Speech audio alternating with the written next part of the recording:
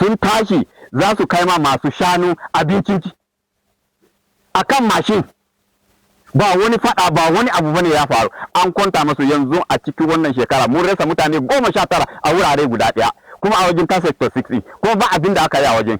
Rahotanni daga jihar Plateau sun bayyana cewa wasu mahara sun kashe makiyaya biyu a ƙauyen Talma da ke gundumar GC Jel a ƙaramar hukumar Jos ta Kudu. Shugaban ƙungiyar makiyaya ta Mafban a jihar Ibrahim Yusuf Babayo shi ne tabbatar da faruwar lamarin, inda ya ce harin ya auku ne da misalin karfe 8 na daren ranar Litinin, yayin da mamatan ke kan hanyar su ta zuwa wurin ajiyar shanunsu. Mamatan, waɗanda aka bayyana sunayensu da Sadiq Muhammad mai shekaru 28 da Mas'ud Abdullahi mai shekara 29, sun rasu ne bayan da maharan suka buɗe musu wuta. Ɗaya daga cikin waɗanda suka tsira daga harin, Ismail Haruna, ya ce su uku ne ke tafiya akan babura lokacin da aka kai musu harin. Ya ce ya samu damar tserewa tare da sanar da jami'an tsaro na Operation Enduring Peace, waɗanda suka taimaka wajen kwaso gawarwakin mamatan.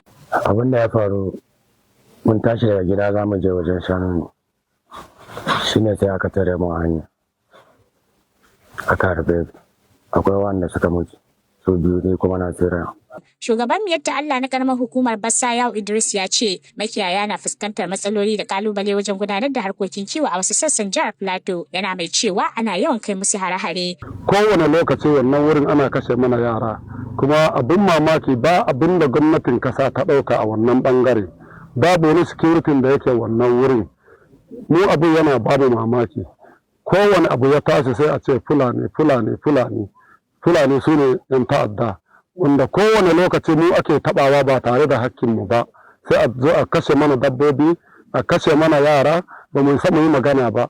Amma kuma da zarar wani abu ya faru, ko da ba mu bane mu ne muka aikata. Wannan abu yana babu mamaki.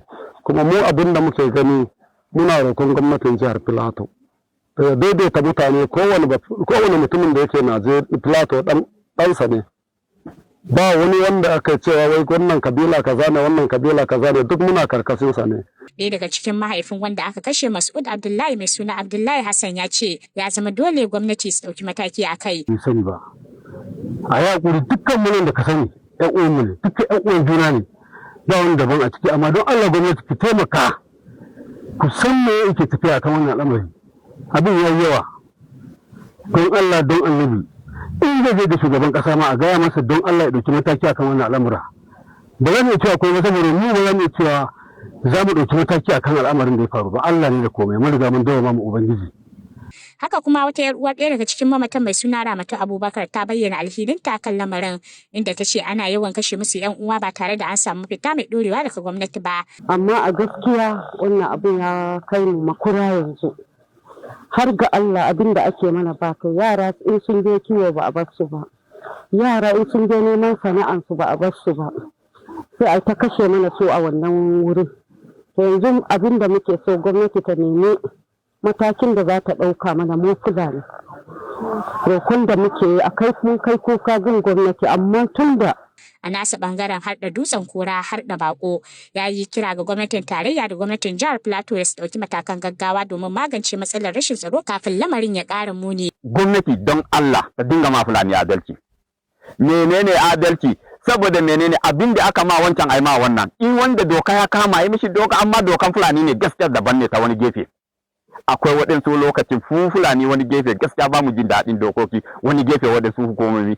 To muna roƙon gwamnati ta shiga tsakani waɗannan abubuwa da yi ma kowa adalci, saboda menene in ba zaman lafiya fa ba noma, in ba zaman lafiya ba makaranta, in ba zaman lafiya fa ba rayuwa, in ba zaman lafiya ba kiwo. To ba waɗannan abubuwa kuma ina gwamnatin za ta yi ci gaba. Ƙungiyar Mafban ta yi kira ga hukumomin tsaro da su kamo waɗanda suka aikata wannan aika-aika tare da gurfanar da su a gaban kotu. Ƙungiyar ta kuma buƙaci mambobinta da su kwantar da hankulansu tare da kaucewa ɗaukar doka a hannunsu. Daga ƙarshe har zuwa lokacin haɗa wannan rahoto, rundunar 'yan sandan jihar Plateau bata fitar da wata sanarwa a hukumance kan lamarin ba.